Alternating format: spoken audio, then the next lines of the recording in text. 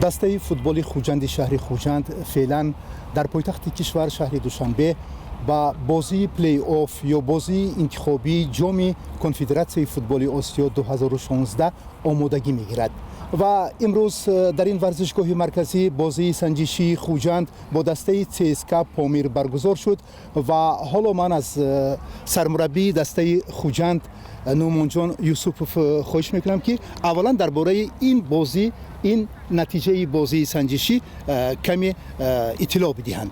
بازی با حساب 2-1 انجام یافت با فایده دسته خوجند.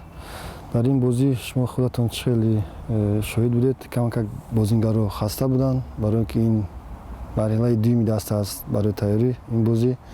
مرحله یکم در شهر خوجند گذشته بود و مرحله دوم پیش از سفر کردن در دوشنبه انتخاب کردیم که برای اون که در بازی با الخلیل فلسطین میدانشون سنی می باشد. برای انتخاب ما این بود که در میدان سنی شهر دوشنبه مرحله دوم گذارانیم. لطفاً درباره هیئت دسته کمی معلومات میدادید. چه تغییرات است نسبت به موسم سال گذشته؟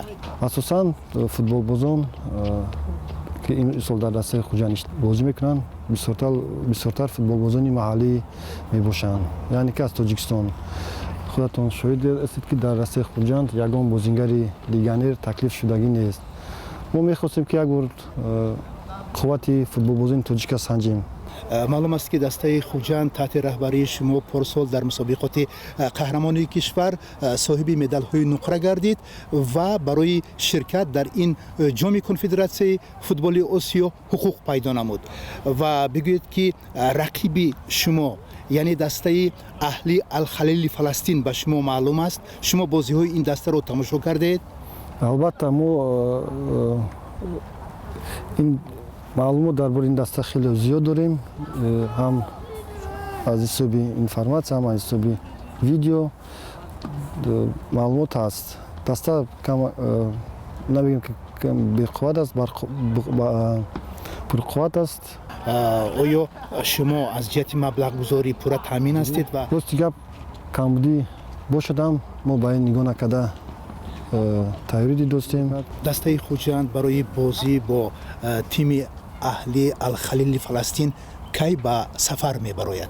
سفری ما روز 6 فوریه اولا به شهر دوبای سفر میکنیم. از اونجا به دولت یوردانیا و از دولت یوردانیا نمایندگان دسته الخلیل فلسطین ما رو پیشواز گرفته از دولت یوردانیا موجب با اتوبوس